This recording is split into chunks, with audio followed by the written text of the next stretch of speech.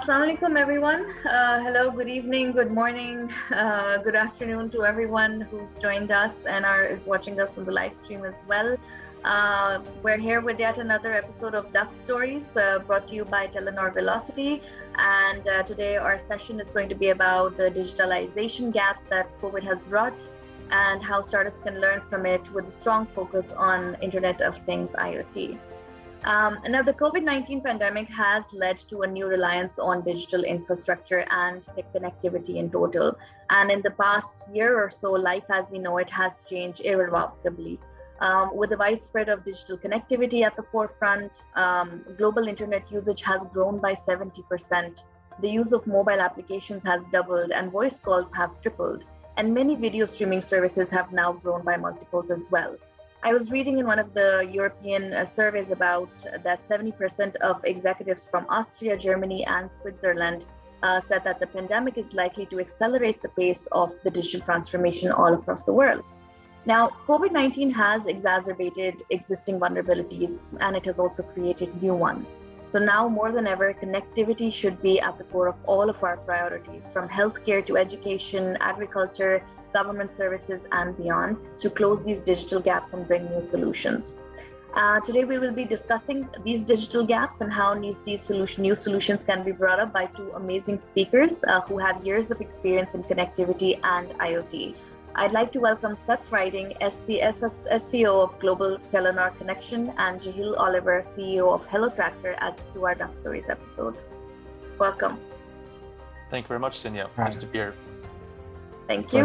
Now, connectivity has been Telenor's domain for about 160 years. And just to give you a little bit of perspective about Telenor Connexion and Hello Tractor, Telenor's purpose is to connect the customers to what matters most. Telenor Connexion manages over 10 million connected things in more than 190 countries for global customers. They help customers design and implement and operate these IoT solutions that connect devices, machines, people, and places. Whereas Hello Tractor, it's an award-winning IoT platform. It helps farm equipment owners, dealers, banks, farmers in different needs of services to earn more. With the world's largest farm equipment marketplace, they are now unlocking value chains across the ecosystem. So thank you guys. It's an absolute pleasure, and I'm really going to enjoy today's discussion. I'd like to start with just asking you both a question that, in your opinion, what are the digitalization gaps that were created in business due to the pandemic? And in your own domains, how do you fill those gaps with technology? So Seth, maybe you could go first, and then Jehiel. Yes, of course. And I think, as you pointed out in the introduction, obviously the general need of connectivity has increased significantly over this whole pandemic period. As we focus on connecting devices and machines rather than people and cellular phones, I would say that all kinds of machines or devices that normally has a need of human interaction in order to actually operate and work, they have directly been affected. And to take two examples, I think one of them is probably quite close to Jehiel's area here. I mean, the mowing lawns. When people have been during lockdowns, that has not been possible to do.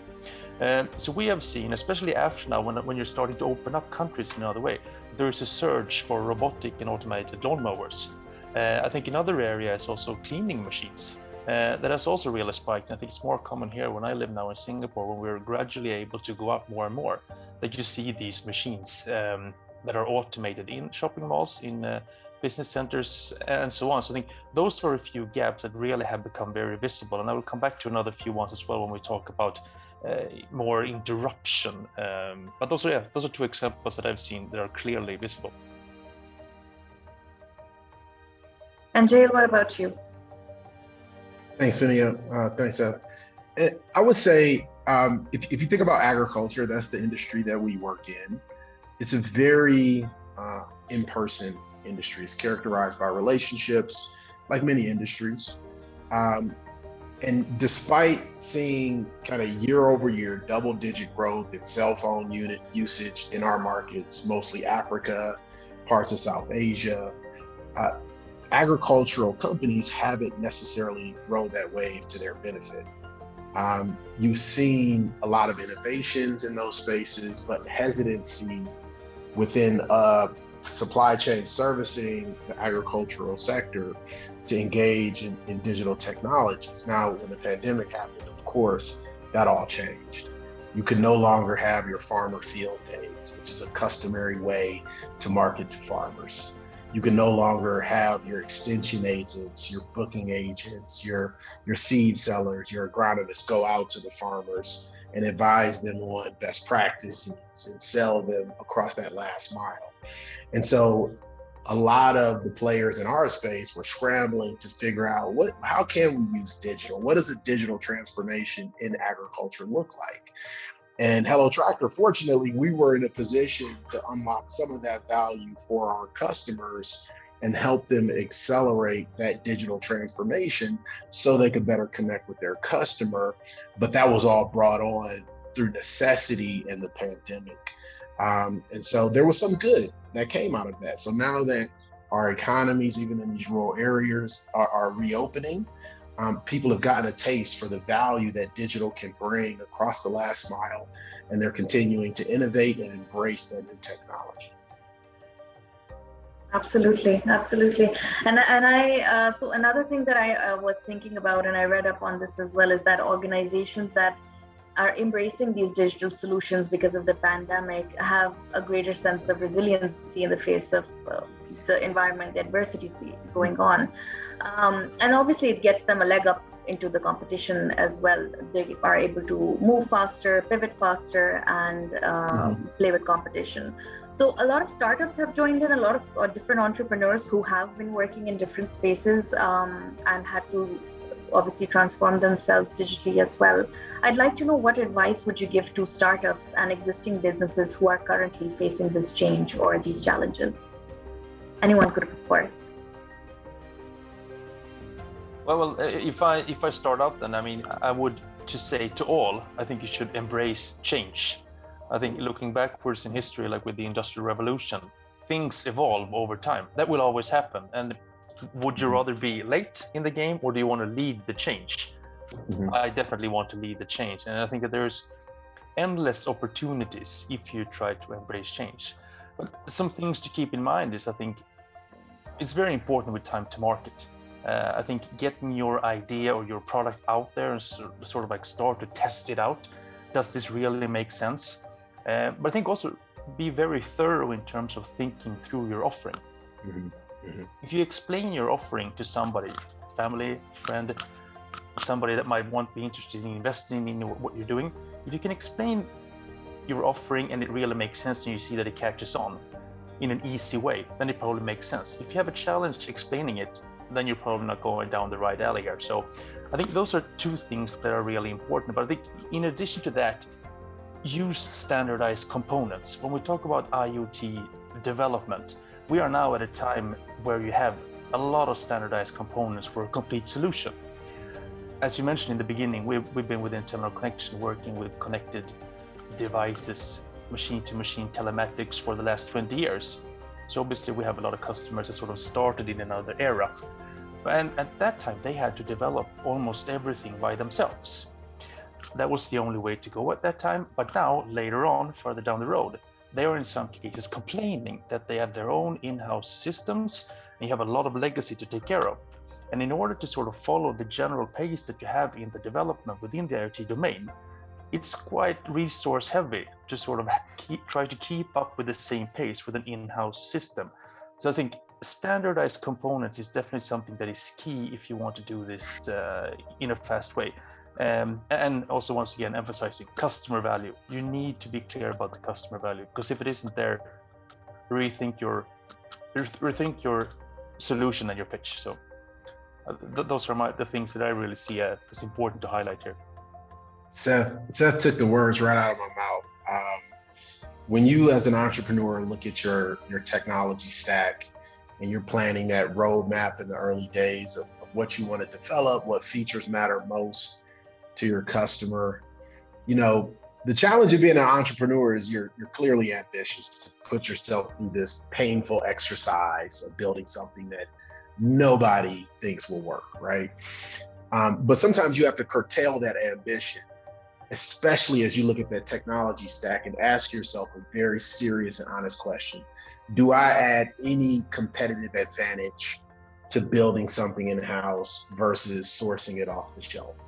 And I think Seth very eloquently spoke to this question around being as clear and focused on where you add value, invest there, particularly when you're working in a startup operating in the emerging markets where this, not only are you operating in an environment with much less capital, less, very shallow capital markets, but you also have all these macro headwinds swirling around you, things that are completely outside of your control. There's an election this year and the entire economy shut down for a year, or FX volatility, or the interest rates going out of control. And so do you really want to burn through these precious resources, especially capital, just, considering there isn't that much available relative to your peers in more mature markets, developing something that you're not where you're not adding any unique value?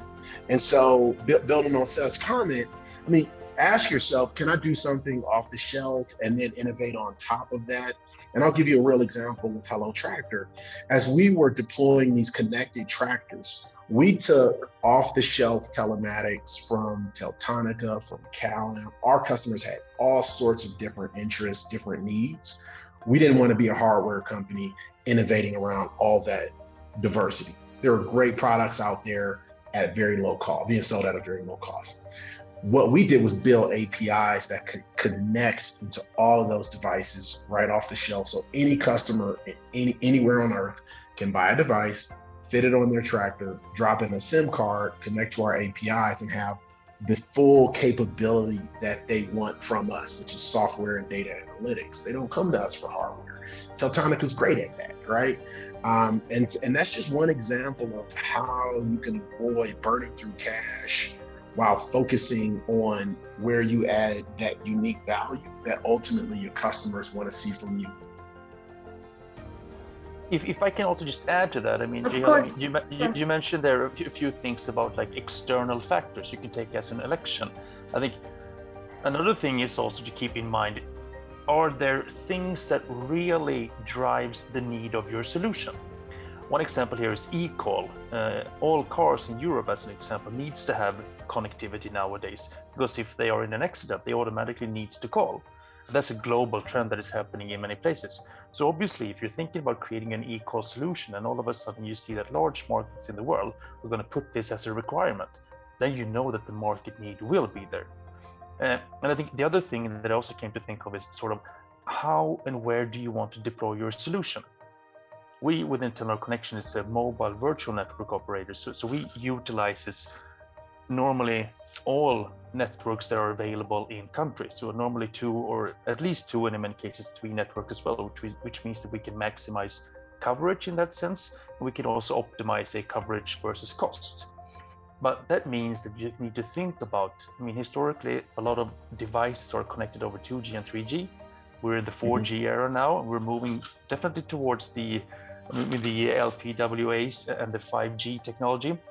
A lot of people talk about 5G, and we get requests. Can we connect this over 5G? Where my question is, why do you need 5G? Because I've heard about 5G.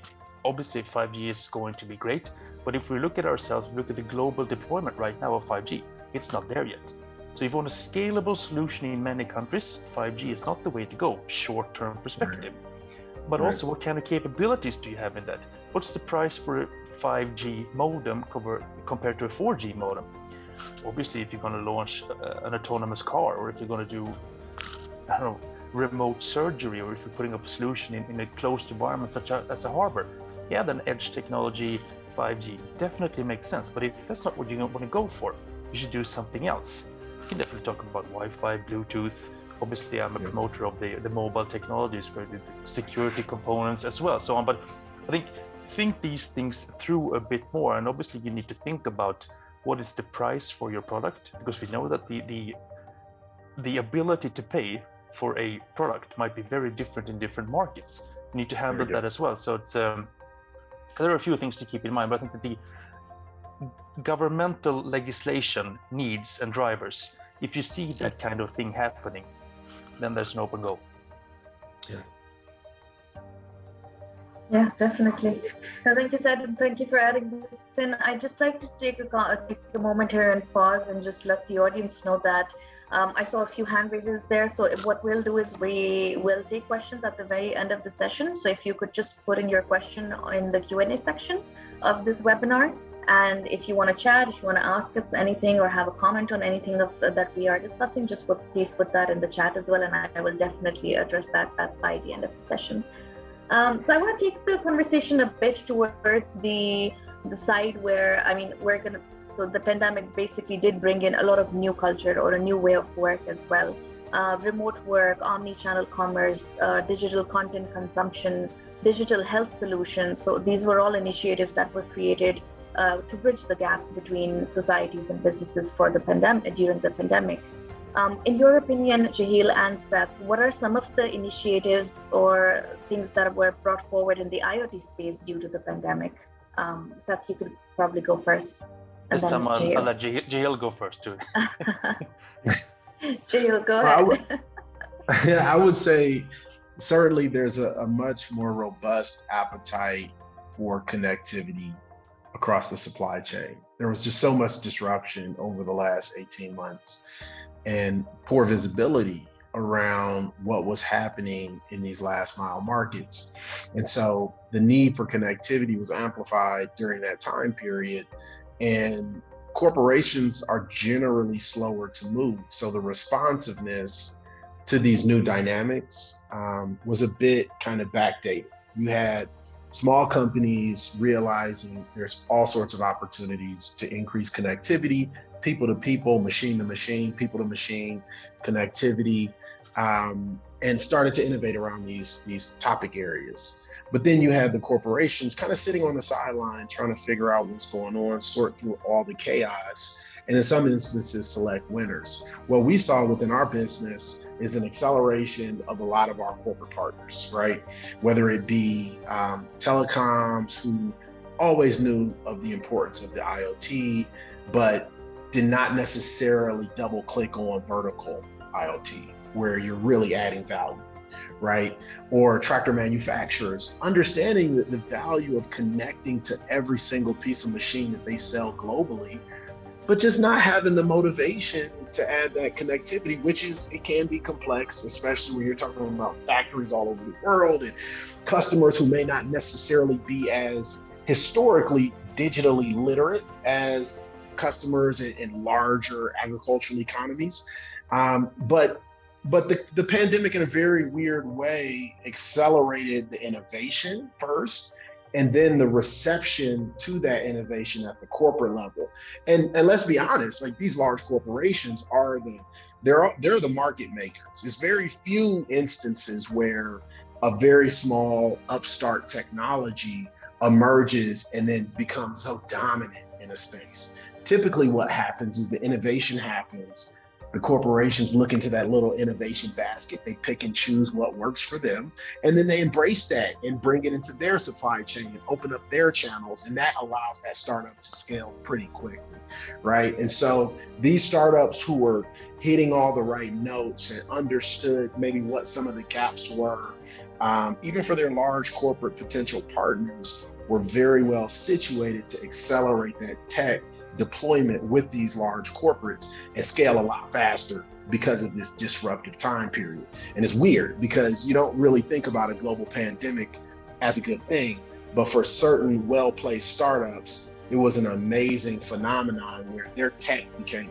ultra relevant in a very short window of time, and the receptiveness of the large corporate customer was heightened as well because they knew innovating internally would take way too long and they would miss the boat, and so they were very aggressive about engaging. So it is an interesting dynamic that unfolded over the last 18 months, and for those who were able to get on that wave, I think did relatively well for themselves. Yeah, if I were to add to that, I think also that, a direct need that we have seen as a result of the pandemic is actually trackers, personal trackers. When you have in these countries where you have quarantine measures in place after you either come home or if you have tested positive. we see an increased demand for actually putting connectivity to these devices, if it's to monitor that you're staying home or within a facility or whatever it might be. So that's definitely something that has gone from zero up until a new business. Another one is definitely the vaccine distribution. I mean, the importance of keeping this, you're probably aware that you need to keep very low temperatures as an example, but you also need to keep the vaccine out of bright light and so on. So being able to monitor these things to make sure that you keep the quality through the whole distribution chain, that has increased a lot. But I think something that hasn't really picked up during the pandemic, but I think is going to be very important moving forward, is healthcare in general. I think especially being able to monitor your health status at home, especially in large countries, elderly population, to make sure that you sort of optimize the system and how you use the resources. You don't want a patient to go to hospital unless the patient really needs. If they can stay home and everything is fine, that is good. And that has a lot of impacts on the whole smart city solutions, low-down transportation, global environment, and so on. So I think that we see direct impact on those examples that I see, then I see indirect impact, and I see a lot of initiatives also going from governments in terms of sort of trying to speed up these kind of things in the phase where we're now sort of moving from pandemic to endemic status. Definitely. I think we are living in exciting times. All this talk is actually, it gets me really hopeful about the future and how we are going to get a lot of new disruptive solutions coming forward in healthcare and other spaces as well. Seth, I have a question for you specifically on just sharing any personal or professional example of how COVID-19 pushed a company over their technology tipping point and transformed their business forever. So anything that you could share based on your experiences. Yes, of course. And I'm actually going to talk more about a vertical because I have a few companies which are, and it is the metering and the utilities business. Traditionally, you've had, the majority of countries, you've had normal meters where somebody has to go out remotely and read them and sort of take that kind of information. And we've been working with a few companies that has sort of been slower, struggling with the conversion toward the smart meter solution. But we also work with utilities companies that were sort of on the edge of starting large-scale rollouts, and then the pandemic hit. And the way how obvious it has become that if you have traditional meters and you cannot go out and read them, you don't get the information that you need to actually invoice. And if you can't invoice, you can't collect the money. So this is disrupting the electricity supply, and obviously there is a decision that needs to be made on the utility provider. Do they continue to support it or don't they? It's a business risk from the utility provider, and from a consumer risk, obviously, what is going to happen? You feel that you want to pay for your bill because you want to make sure that this continues to come. So we've seen rapid changes in sort of preparing, because the last problem in the situation is that you cannot do massive rollouts either when you're in a semi-lockdown situation. So there's no easy fix for the problem, but it does definitely put the spotlight on a problem. And I think that we will definitely see changes within this. And I think, as I talked before about the regulatory requirements, we can see in Australia as an example. I mean, they're definitely increasing the number of readings that has to be done per day. And I think it's down to every 5th minute or something. So, and that also drives a totally different sort of, you need to sell services rather than selling a product. And I think the whole mindset needs to be shifted. And I think startups should definitely focus on service rather than product moving forward. Because we also, I think, once again, referring to Jehiel with the tractors. I mean, we work with Hitachi construction machinery with their excavators from Japan.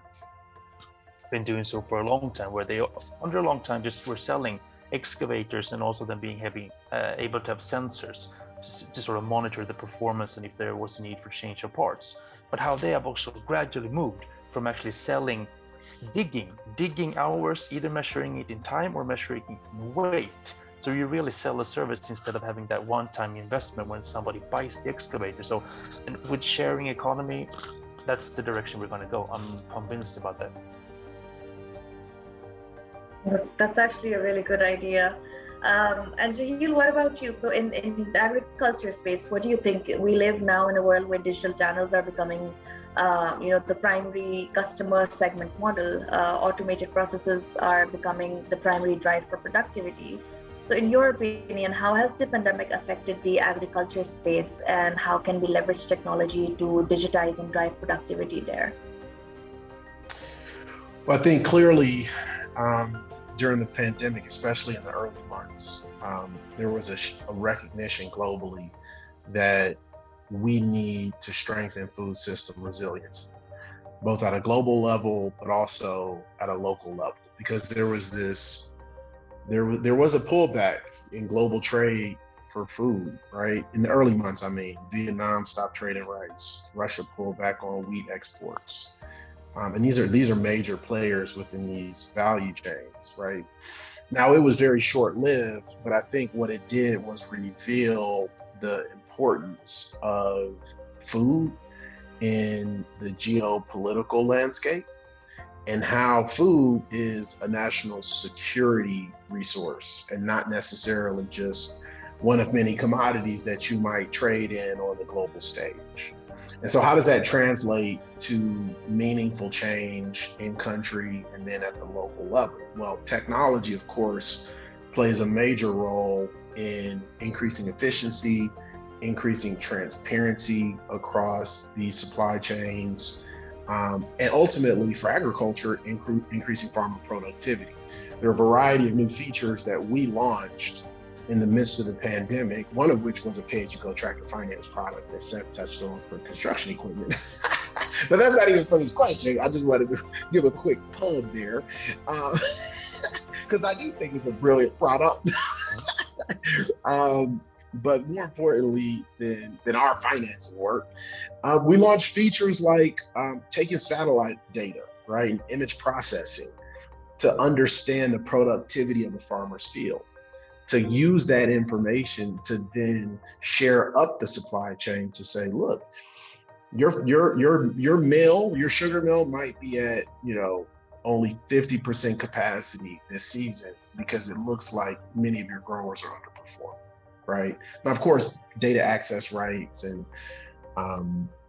data privacy is huge in agriculture. So we want to be respectful of our growers, and authorized consent is something that we mandate before we share any information. But in some instances, sharing information helps everyone, and most importantly, it helps the grower. And so we've been implementing these new tools for things like remote oversight of a field, because it's more difficult now to get out to a farm, especially with COVID restrictions. And that's huge, and it helps to build in, as I was mentioning earlier, that resiliency within the food system locally to support these populations that are dependent on these growers who are working in these rural areas that you can't necessarily get to when there are COVID lockdowns and restrictions on movement and curfews. And technology is just can accelerate a lot of the oversight work that one needs to do, and do it cost effectively, right? It's not perfect yet, but I think certainly it's moving in the right direction. And I don't think that's going to change once we get beyond this pandemic period. I think it'll only accelerate further. And any challenges that you guys foresee in this space in the near future, something that we need to be, there's always an instinct, you see a couple of years ahead and you see that this might be a problem or a challenge. So anything that comes to your mind? Seth, I'll jump in on this one first. Yeah. 86% of our customers live at or below the poverty line. Disruptions in their business is sometimes irrecoverable, right? Disruption. So for us, paying very close attention to how our growers are affected during this difficult period, and building in support mechanisms and different measures to ensure that they can succeed during this difficult time and come out and not lose the proverbial farm was really important for us. And I think anybody working in agriculture, even if it meant maybe losing money, having down periods, down years, slowing down growth, cutting fees, we did all of the above to make sure that our growers came out of this situation at or above the level that they were at before they went into the situation. And we were able to service 168,000 growers last year during that pandemic period, despite all the lockdowns. And that means that, and they all reported, not all, but 93% reported higher income, higher productivity. So that's important work, because that means now in season 2, they can come back to the platform as healthy growers, able to not only contribute to their bottom line, but Hello Tractors, because they're still in the marketplace. And so that was kind of the work that we did to build in some level of resiliency. And I think that that's probably a similar theme across many industries, because the pandemic, especially for those populations at the base of the pyramid, could have catastrophic, long-lasting effects on these households from an income perspective. And I think about this from quite a different angle in that sense. I mean, our target customers normally are the global, like car manufacturers that exports cars globally, for example. So I'm more worried about global trade tensions. I think the whole supply chain challenges that we're having now, both in terms of actually getting the components, but also the shipping industry.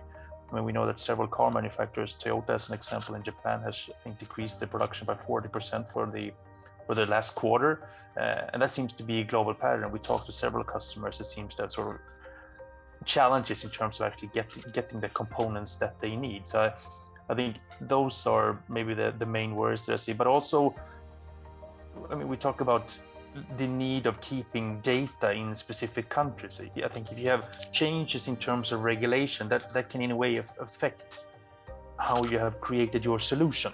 If you have centralized data storages as well at one place for your whole global deployment, that maybe not be workable moving forward. So probably going to be a pretty dynamic and changing environment in terms of what you can and be able to do. In the end of the day, I'm quite certain that if you have a commercially viable product, you will sort of make it work anyway. And even if there are regulatory limitings in some cases in terms of permanent roaming in countries, in many cases they seem to sort of, in the end of the day, turn towards a commercial solution that actually works, which means that you can solve it. But there is struggles along the way. So I think that the global perspective is probably slightly different than what you shared here. Agreed. And I think one of the last questions, and I think after this, I'll just announce again to the audience that if you guys have any questions, just put them in the Q&A, and we'll move into the Q&A section very soon. I'd like to shift the conversation just to one last bit. I feel obviously with the pandemic, digital adoption has taken a quantum leap for the customer, organizations, industries as a whole. But in your opinion, what were some of the largest shifts to digital adoption for maybe first customers and then organizations and industries? Seth, you could go first. I mean, first of all, we're feeling it within our own company. We have global representation in all continents. And just by having that to begin with, not being able to meet each other. And I think that we're all in one way or another used to some level of social interaction. And I think building new business when you're not able to interact in the beginning of a relationship to sort of introduce your pitch, let someone know who you actually are. That is a challenge. I think after that initial meeting, you can probably cover quite a lot over video meetings such as this one. And that works once you have established trust. But I think in addition to that, when we have been home, I think that the whole online shopping, the e-commerce, is something that has changed drastically. I mean, we tend to go out and look in local stores for something that we want to buy. Nowadays, we do it online, and it tends to be more and more global shipments, which also add obviously to the congestion of the shippings. But then I think also, in order to try to decrease the need of handling money, obviously digital payments has skyrocketed as well. It used to be that we're going from a connected payment terminal where you put your card into, like, maybe you can tap, and then now it's supposed to, you can bring it to the table, but now it's QR codes, and it's just like so there's been a rapid development within that area, I would say, which I think is definitely to the positive. So I think that's probably where I should mention. But I think I was also talking about it before. I think these things also, if we can continue to have more meetings over video rather than traveling, should always keep the environmental perspective in mind here as well. obviously the decrease of flight, especially within the first phase, which is like lockdown period, you can see in many countries that the pollution decreased significantly, and also when machines were standing still. Obviously, we need to find a sustainable balance over time with that. So, but I think it has opened our minds in terms of maybe a flexible way of work. And I personally have the rest of my management team in Sweden. So I'm normally the only one that is on video, but now everybody has been on video, and that's sort of been a positive balance for me. So it's there are positive upsides to this as well. And Jehiel, what about you?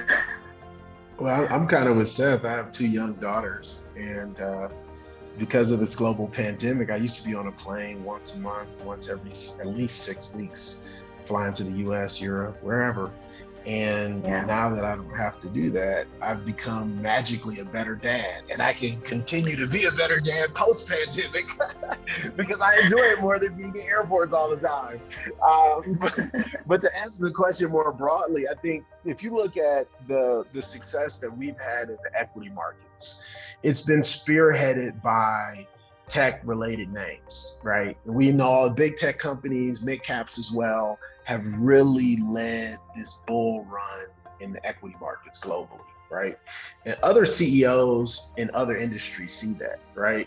So what we've seen as a small company, we're always kind of just looking up at the big guys like Telenor and those big names who really are kind of dominant in their industry. We've seen all of these companies, even the big blue chip, just legacy dinosaur companies, all of them scrambling to rebrand as technology companies, right? And really embrace technology, not just for the sake of innovation, but for the sake of higher trading multiples. Let's be honest here. CEOs are held accountable by that stock price. And if you're a technology name, you're trading at a multiple that is significantly higher than multiples that are associated with manufacturing or some of these more important industries, but not as glamorous right now or in vogue as technology names.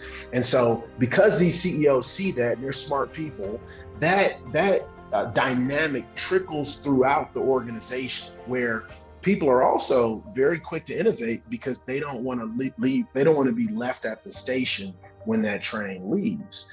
And we've seen this all the way up to the C-suite with some of our partners scrambling to adopt technology, yes, because it's good for the customer, but also because there is a shared recognition that if we want our equity up, if we want our stock to trade at similar multiples, we need to quickly become a technology first company. And even, I mean, where I sit today, Safaricom's the biggest telco. They're one of the biggest telcos in Africa. They desperately want to be called a fintech company and not a telco, right? And if they were called a fintech company, instead of being worth, a couple billion in market cap, they would be probably worth 10 to 20 times that. And that's not an exaggeration if you look at how fintechs are trading right now.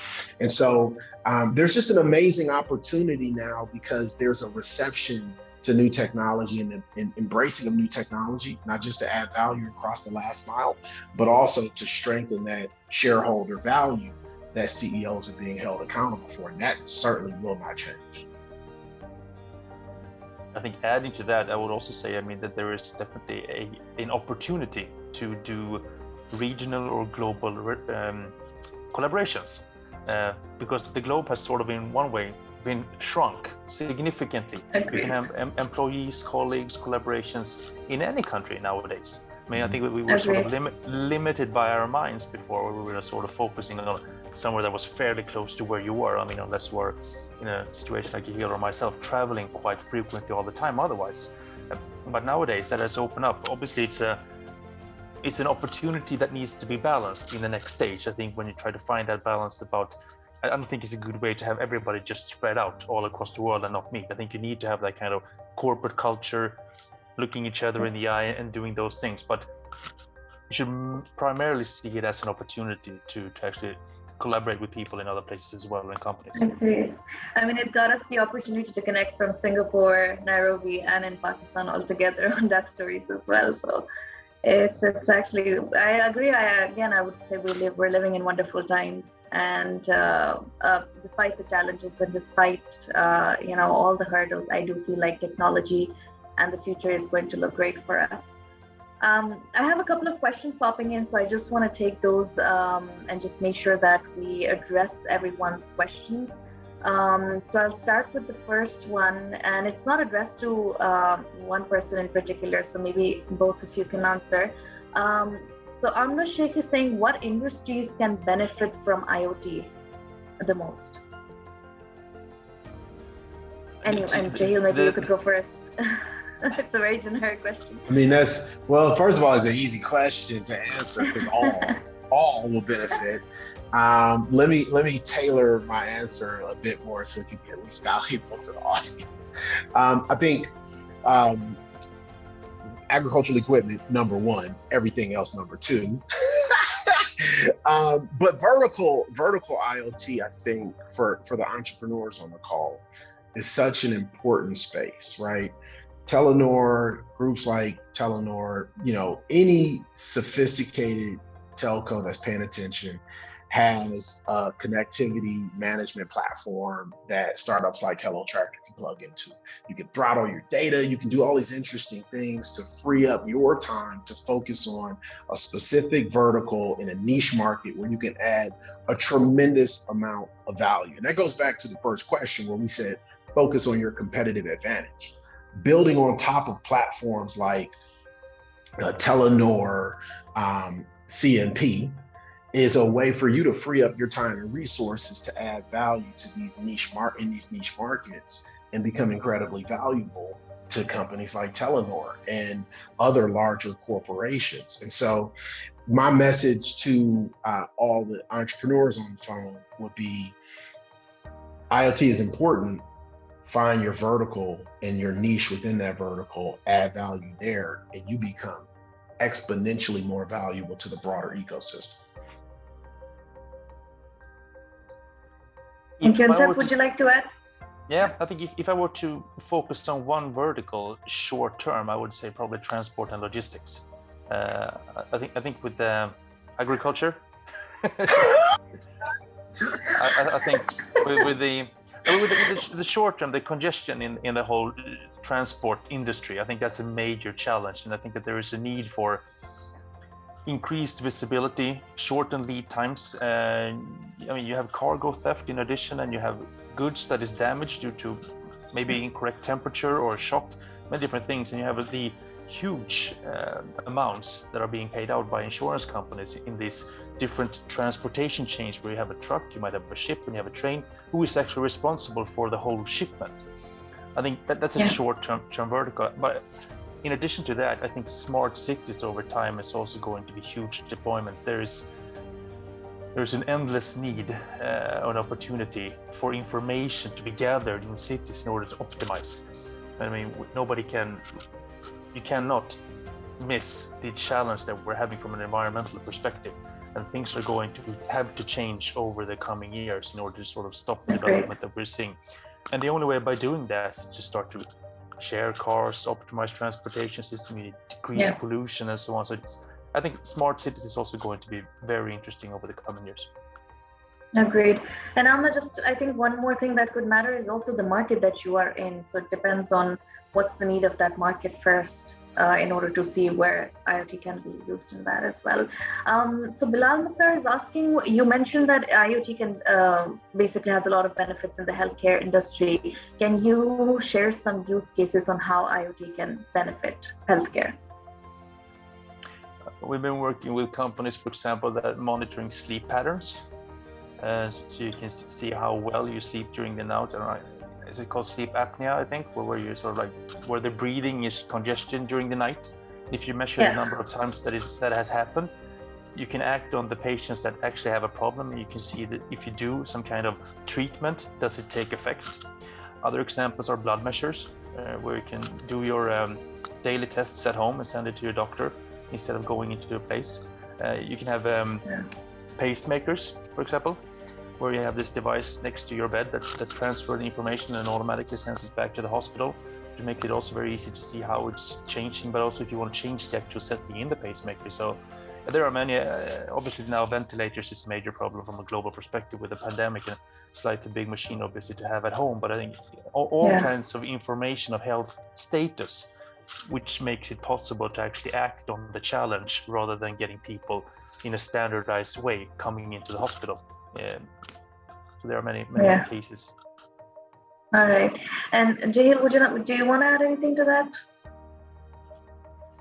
I have absolutely nothing to add. All right. Okay, so the next question is addressed to both of you. It says, can you give us one piece of advice for a startup entrepreneur interested in IoT? Maybe I'll start. I think if you're in the emerging markets working in IoT, you have an opportunity, unlike most startups, to sell a product for a profit and generate a cash flow early, right? And I would not overlook the benefits of being in that situation. Now, you also are in a market with razor thin margins and high levels of price sensitivity. But IoT is not one of those industries where your growth flywheel is contingent upon massive amounts of investment up front to reap some benefit years out. You can sell at a profit up front if you sell one device or if you sell 1,000 devices. The irony though in these markets is that the volume discount on one device versus 1,000, it's about the same price. So you are in a highly price sensitive market, but you can sell at a profit. And so because you can sell at a profit, it can ease your reliance on raising capital in environments where capital is at a premium. And so my advice really is sell at a profit, protect your balance sheet, do not aggressively fundraise. It might look good on TechCrunch, but if you run out of balance sheet, you're dead in the water. And I've seen so many companies with great solutions run out of balance sheet because they were too aggressive in the early years raising capital. Once you have good product market fit, you're selling, you're profitable, you can set your own terms. Even in thin capital markets, you can set your own terms, protect your balance sheet, and fundraise in a way that protects your interests as an entrepreneur, as an owner of that business. Those would be my kind of two pieces of advice. Sell at a profit, protect your balance sheet, be patient. Also, because they're thin capital markets, you're not trying to outcompete the next person who just is doing the exact same thing as you, but just raised $100 million. That person doesn't exist in our market. So be smart about how you manage that business, how you manage your capital stack and the technology stack. Make sure you sell at a profit, you'll be okay. I would probably go about it maybe from a more technology focused way. I think keep it simple. Don't overcomplicate your solution. What is it that you actually want to achieve? We were talking about a bit before, like use standardized components. Time to market, that is key. If you can with standardized component, we're talking about the price pressure here and obviously keeping things at a low price, but on the other hand, you obviously need to create the kind of value and functionality that you're looking for. But as long as you do that, standardized component, time to market, and then just work hard. Thank you, that's a good answer.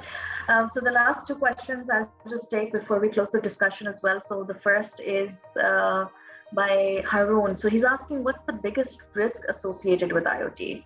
And maybe the next question is similar to this. The next question is by Asif. What are the common misconceptions people have or think about in IoT, and how do we combat these misconceptions? So they're pretty much related.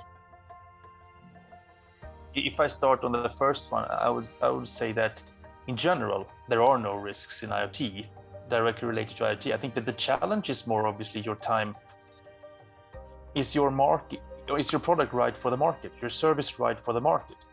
I mean, there are several companies that have been started 10 years ago that haven't really been successful, but now if you do the same thing, it just takes off like a rocket. So I think it's more about timing in the market, because everything is moving toward smart IoT connected solution in that sense. So I wouldn't say that there is any risk that I see.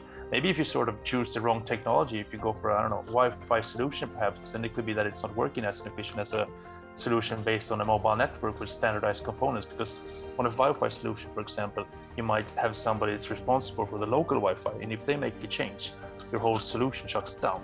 So I think that could be a risk, but that is not the whole IoT, obviously related to the whole IoT domain. Jehiel, any? No, I really like that point, and I'll bring up another example to complement what you just mentioned, Seth. Imagine a company like Uber, wildly successful, launching before there were GPS antennas and cell phones, right? Great company, great concept, completely worthless company if those GPS antennas aren't in those cell phones. Now, they didn't build cell phones with GPS antennas, and they certainly didn't go to market before there was GPS antennas and cell phones. They got their timing right, and they simplified their technology stack to focus on where they add value. And I think that illustrates the points that Seth was just making, and the reoccurring theme on this call, which is focus on where you enjoy a competitive advantage.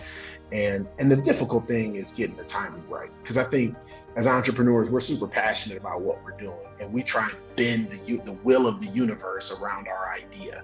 And you have to have that passion, or you will not succeed. However, that passion can sometimes be blinding, and you might not realize that you're trying to build Uber in an environment where there's no GPS antennas and cell phones, right? And so it's a tricky kind of balance that you have to strike, but I think it's going to be mission critical to your success. But I think also on a personal level, I think it's always important to seek advice. I mean, who do you have around you that can guide you? I mean, maybe it is very obvious for someone else that the GPS antennas have not actually been developed, even if you don't see it in your whatever solution that you're actually trying to make. So I think advice, collaborations as well is extremely important. Get the best people that are around you to sort of contribute to creating your success. And it's better to have a common success than no success. Absolutely. No, thank you. This has been an absolute pleasure. I love the discussion, and I really hope the audience enjoyed it. We had some engaging questions, so I'm also glad for that. Jehiel, Seth, we will definitely be continuing more of these episodes with Telenor Velocity soon. We do them very often. We do them twice a month, actually. So coming in the next year or so, we would love to have you guys back, talk a bit more about IoT and other spaces as well. For today, though, it was an absolute pleasure having you guys over. Thank you for taking out your time for us, and definitely we will invite you over for next episodes.